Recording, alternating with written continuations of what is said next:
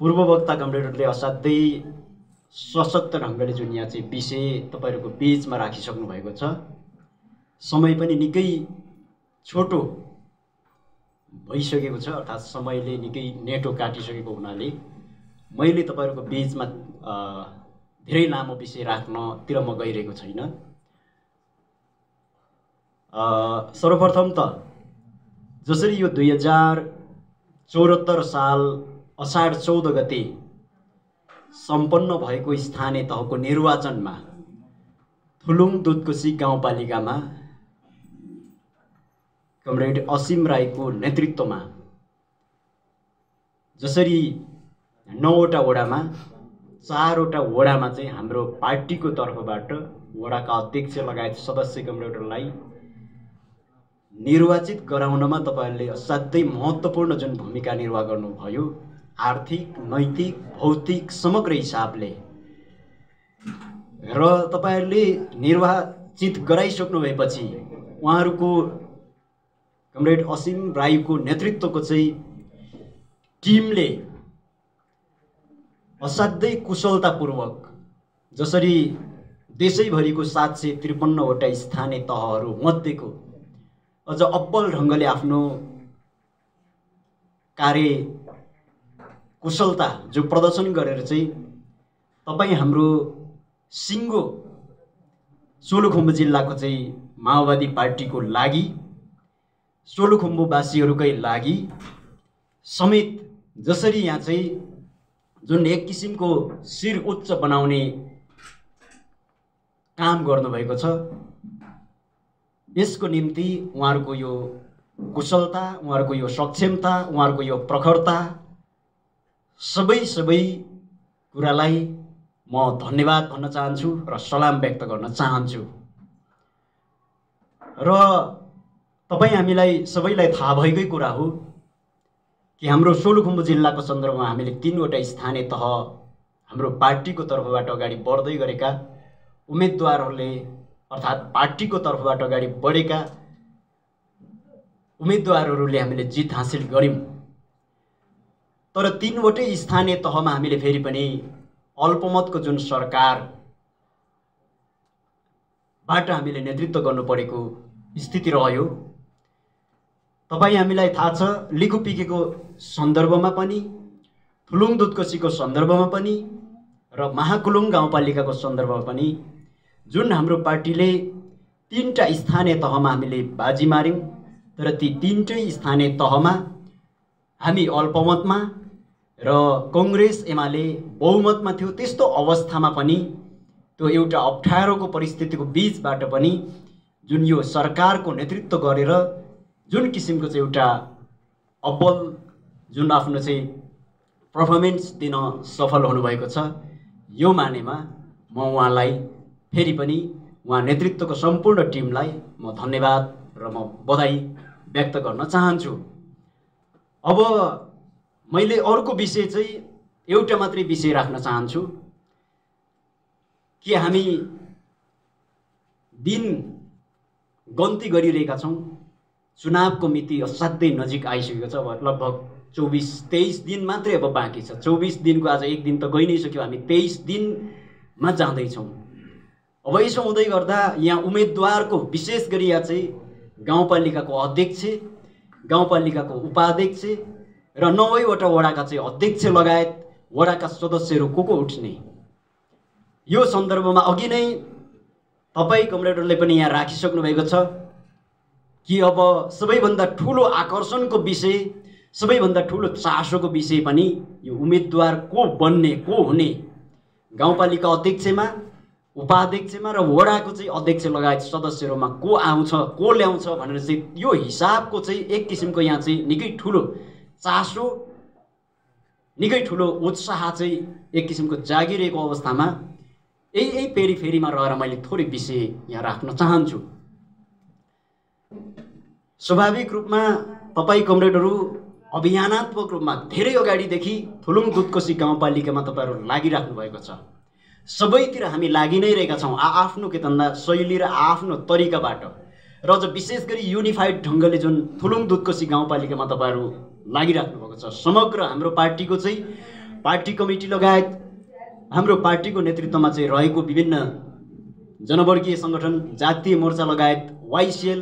सम्पूर्ण शिक्षक, विद्यार्थी लगायतका टिमहरू, सम्पर्क मञ्च समेतको चाहिँ जुन यहाँ चाहिँ युनिफाइड ढङ्गको चाहिँ जुन तपाईँहरूको मोबिलाइज भइराखेको छ,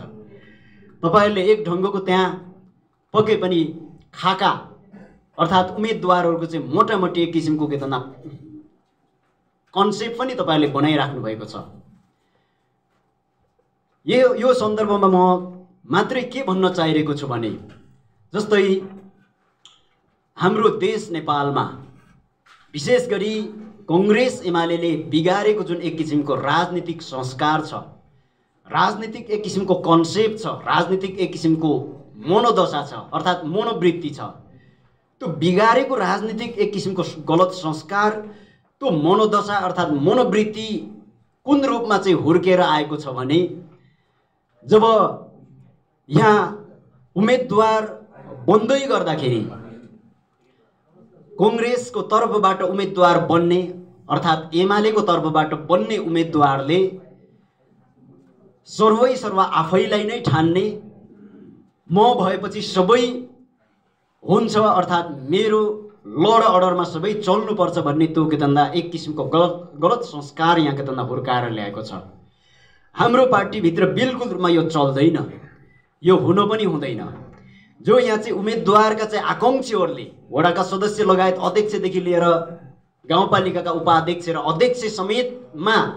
जो आफ्नो दाबी प्रस्तुत गर्दै गर्ने, आफूले जुन चाहना के धन्दा व्यक्त गर्दै गर्ने, जो अगाडि बढ्दै गर्ने र पार्टी कमिटीले चाहिँ एक मतले जब निर्णय गरिसकेपछि अगाडि बढ्ने जो कोही उम्मेदवारले म भएर पार्टी अर्थात् मैले गर्दाखेरि पार्टी भन्नेतिरबाट नभइकन कि पार्टीको चाहिँ एउटा प्लेटफर्ममा, पार्टीको चाहिँ एउटा फेरि पनि जगमा, साथीहरूको चाहिँ फेरि पनि एउटा सहयोगमा मैले यो के धन्दा उम्मेदवारीमा उभिने, यो उम्मेदवारी प्राप्त गर्ने मैले यो मौका पाएको छु भनेर त्यो हिसाबले पहिलो नम्बरमा त्यो किसिमको चाहिँ एउटा सामूहिकता, अपनत्व र स्वामित्व हुने किसिमको चाहिँ जुन त्यो सोच, त्यो किसिमको चाहिँ बुझाइ, त्यो किसिमको व्यवहार आचरण र अभिव्यक्ति तपाईँ हामीमा यहाँ के धन्दा जन्मन जरुरी छ। अर्थात् त्यो किसिमको चाहिँ सोचाइ, विचार, व्यवहार र आचरणको चाहिँ तपाईँ हामीमा अझ त्यो बोध हुन जरुरी छ। हामीले त्यो हिसाबले पक्कै पनि आफ्नो ठाउँबाट बरु जिम्मेवारीपूर्वक सोचि नै रहेका छौँ। तपाईँ हामीले त्यो हिसाबले आफ्नो दृष्टिकोणहरू राखि नै रहेका छौँ र त्यसैले हाम्रो जब यो चाहिँ अझ उम्मेदवारी अब छनौट गर्नेतर्फ तपाईँ हामी अगाडि बढ्दै गर्दा पक्कै पनि अघि यहाँ चाहिँ अध्यक्ष कमरेडले र अन्य जो यहाँ चाहिँ जिम्मेवार कमरेडले राख्नुभयो जस्तै अब हामीले उम्मेदवारी छनौट गर्ने क्रममा अझ को कमरेडलाई चाहिँ अगाडि बढाउँदाखेरि हाम्रो पार्टीले जित हासिल गर्नको निम्ति सबभन्दा बढी अझ त्यहाँ चाहिँ सहजता हामीलाई हुन्छ। जित हासिल गर्नको लागि अझ स्योर को कमरेडलाई अगाडि बढाउँदाखेरि सम्भावना हुन्छ, ती कमरेडलाई अगाडि बढाउने सन्दर्भमा पक्कै पनि यहाँ आकांक्षीहरूको जुन यहाँ अघि कुरा आयो, यो त एउटा पाटोबाट हेर्दाखेरि यो त खुसीको कुरा हो। हिजोको दिनमा तपाईँ हामीले खोज्दा पनि नपाउने स्थिति थियो। निकै हामीले चाहिँ फकाएर, निकै सम्झाएर, निकै तपाईँको घन्टौँ समय लगाएर, घन्टौँ होइन हप्तौँ समय लगाएर हामीले उम्मेदवार चाहिँ हामीले टुङ्गो लगाउनु पर्ने त्यो अवस्थामा थियौँ भने जब अहिले यो 79 साल वैशाख 30 गते हुँदै गरेको चाहिँ निर्वाचनमा हामीले अझ उम्मेदवार चाहिँ कि यहाँ खोज्न नपर्ने, फकाउन नपर्ने, अझ यहाँ स्वतस्फूर्त रूपमा चाहिँ अझ यहाँ श्रृङ्खलाबद्ध ढङ्गले, टिमबद्ध ढङ्गले चाहिँ जुन नेतृत्व तयार हुनुभएको भनेको यो निकै स्वागत योग्य कुरा हो, यो खुसीको कुरा हो, यो एउटा सकारात्मक पाटोबाट। पक्कै पनि फेरि यसलाई, यी कुरालाई पार्टीले तत्त कमिटीले, तपाईँ हामी नै हो फेरि पार्टी, तपाईँ हामी नै हो फेरि जिम्मेवार त्यहाँको चाहिँ यसको सबैभन्दा बेटर के धन्दा पात्र, हामी सबै बेटर नै हो त्यो भित्र आकांक्षी साथीहरू। तर त्यो भित्र पनि अझ सबभन्दा सम्भावना बोक्ने कमरेड को हुन सक्छ, त्यो कमरेडलाई अगाडि बढाउँदै गर्दा यदि हामीले फेरि पनि विमति र असहमति राख्ने र रिजर्भेसन गरेर हामी फेरि पनि असहयोगतिर उत्रने हो भने बिल्कुल रूपमा त्यो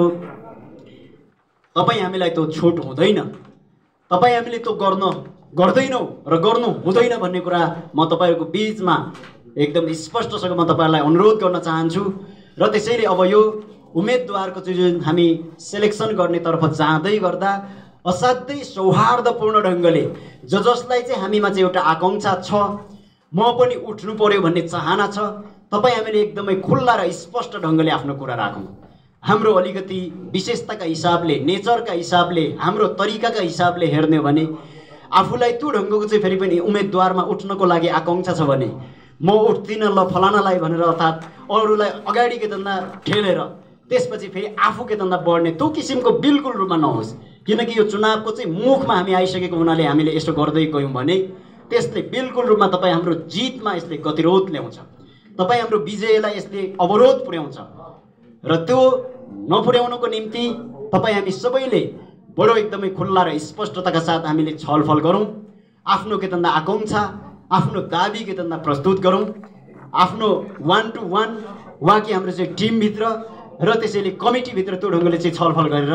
फेरि पनि सर्वसम्मत ढङ्गले चाहिँ एउटा टुङ्गोमा पुगेर अगाडि बढौँ। यसरी अगाडि बढ्दा योभन्दा अगाडि जो यहाँ चाहिँ हामीले जसरी अल्पमतको सरकारको नेतृत्व गर्नु पर्यो, तर अब पटक पटक यहाँ चाहिँ जिम्मेवार कमरेडले भनि नै राख्नु भएको छ, फुलुङ दुधकोशी गाउँपालिकाको सन्दर्भमा क्लिन स्विप गर्ने। सिङ्गो गाउँपालिका अध्यक्ष हिजो हामीले जित्यौँ, उपाध्यक्ष जितेका थिएनौँ, तर अब यो 2079 साल वैशाख 30 गते हुने निर्वाचनमा अध्यक्ष उपाध्यक्ष सहित 9वटा वडाका अध्यक्ष लगायत सदस्यहरू नै जित्ने त्यो के धन्दा स्पिरिटमा तपाईँ हामी सबै एक ठिक्का भएर चाहिँ अगाडि बढौँ। तपाईँहरू अगाडि बढ्नुहुनेछ र हामीले यो 5 वर्षको चाहिँ एउटा कार्यकालको चाहिँ उत्तरार्धमा आउँदै गर्दाको अनुभवले हामीलाई चाहिँ के सिकाएको छ भने कि हामीले कम्तीमा पनि अध्यक्ष लगायत उपाध्यक्ष अझ क्लिन स्विट गर्ने, त्यो पनि नहुँदाखेरि हामीले चाहिँ अध्यक्ष उपाध्यक्ष लगायत बहुमत सिट कार्यपालिकामा र गाउँसभामा पनि हामीले बहुमत अनिवार्य रूपमा चाहिँ त्यहाँ जित्ने गरी चाहिँ त्यो स्पिरिटबाट लागि परौँ। र तपाईँ हामीले पक्कै पनि यहाँ अघि आए कतिपय हामीले अरूले सोचेभन्दा अरूको लागि त यो सोचाइभन्दा धेरै के त परका कामहरू चाहिँ फुलुङ दुधकोशी गाउँपालिकामा चाहिँ निर्वाचित हाम्रो असीम कमरेडको नेतृत्वको जनप्रतिनिधिको टिमले त्यो के धन्दा काम गरेको छ। हाम्रा साँच्चै नै विपक्षीहरू निकै छटपटाइरहेका छन्, उनीहरू निकै अत्तालिएका छन्, उनीहरूमा एक किसिमको होस हास उडेको छ र त्यसैले अहिले एउटा चुनौतीको पाटोबाट पक्कै पनि उनीहरू त्यसरी अत्तालिरहेका छन् भने उनीहरूले राम्रोसँग, जस्तै तपाईँ हामीले 5 वर्ष मात्र यहाँ स्थानीय तहको जो नेतृत्व गर्दैछौँ, तर उनीहरूलाई कस्तो खालको चाहिँ भान भएको छ, उनीहरूलाई कस्तो खालको चाहिँ महसुस भएको छ भने हामी 50 वर्ष यो सरकारको चाहिँ मोर्चाबाट बाहिर रहेको, अर्थात् कङ्ग्रेस र एमालेलाई चाहिँ हामी 50 वर्ष चाहिँ यो सरकारको सत्ताको चाहिँ एउटा बागडोरबाट चाहिँ हामी बाहिर बसेको भन्ने त्यो अनुभूति उनीहरूले राम्रोसँग गरेको छ र त्यसैले उनीहरूले त्यही राम्रै ढङ्गले नै तयारी गर्दैछन्। यो कुरा पनि तपाईँ हामीले राम्रैसँग देखेका हौँ र त्यसैले हामीले पनि आफ्नो ठाउँबाट राम्रोसँग एकरूपताका साथ जुन तयारी भएर अगाडि बढ्दाको अवस्थामा तपाईँहरूले लिनुभएको जुन एउटा चाहिँ लक्ष्य उद्देश्य अनुरूप पक्कै पनि फुलुङ दुधकोशी गाउँपालिकामा क्लिन स्विप गर्नको लागि पक्कै पनि सफल हुनुहुनेमा हामी पूर्ण रूपमा विश्वस्त छौँ। हामी महाकुलुङ गाउँपालिकाको तर्फबाट पनि त्यही स्पिरिटमा हामी पनि अगाडि बढिरहेका छौँ। पक्कै पनि अब हामी सोलुखुम्बु जिल्लाको सन्दर्भमा हामी अब अधोगतितिर होइन, हामी अगाडि नै के भन्दा जानेछौँ, हामी प्रगतिकै बाटोतर्फ अगाडि बढ्नेछौँ। यसको निम्ति यो नेपाल कम्युनिस्ट पार्टी माओवादी केन्द्र फुलुङ दुधकोशी काठमाडौँ जुन यो चाहिँ समन्वय समितिले जुन आयोजना गरेको यो नयाँ वर्ष 2079 सालको अवसर सँगसँगै यो शुभकामना आदान प्रदानको जुन यो चाहिँ कार्यक्रम पनि हो। यही कार्यक्रमको माध्यमबाट तपाईँ सम्पूर्ण कमरेडहरू, फुलुङ दुधकोशी गाउँपालिकाका चाहिँ तपाईँ सम्पूर्ण जिम्मेवार आदरणीय कमरेडहरू, सहयोद्धा कमरेडहरू एक ढिक्का भएर अगाडि बढ्नुहोस्। पक्कै पनि फुलुङ दुधकोशी गाउँपालिका अब माओवादी केन्द्रको चाहिँ लाल किल्लाको रूपमा तपाईँहरूले साबित गरेर छाड्नुहुनेछ। यसको निम्ति सम्पूर्ण गाउँपालिका अध्यक्ष उपाध्यक्ष लगायत 9वटा वडाका अध्यक्ष लगायत सम्पूर्ण वडा सदस्यसहित जितेर क्लिन स्विप गर्नुहुनेछ। यसको निम्ति हार्दिक हार्दिक शुभकामना व्यक्त गर्दै आयोजक परिवारले जुन यो मौका दिनुभयो म धन्यवाद दिन चाहन्छु। हस्त अभिवादन।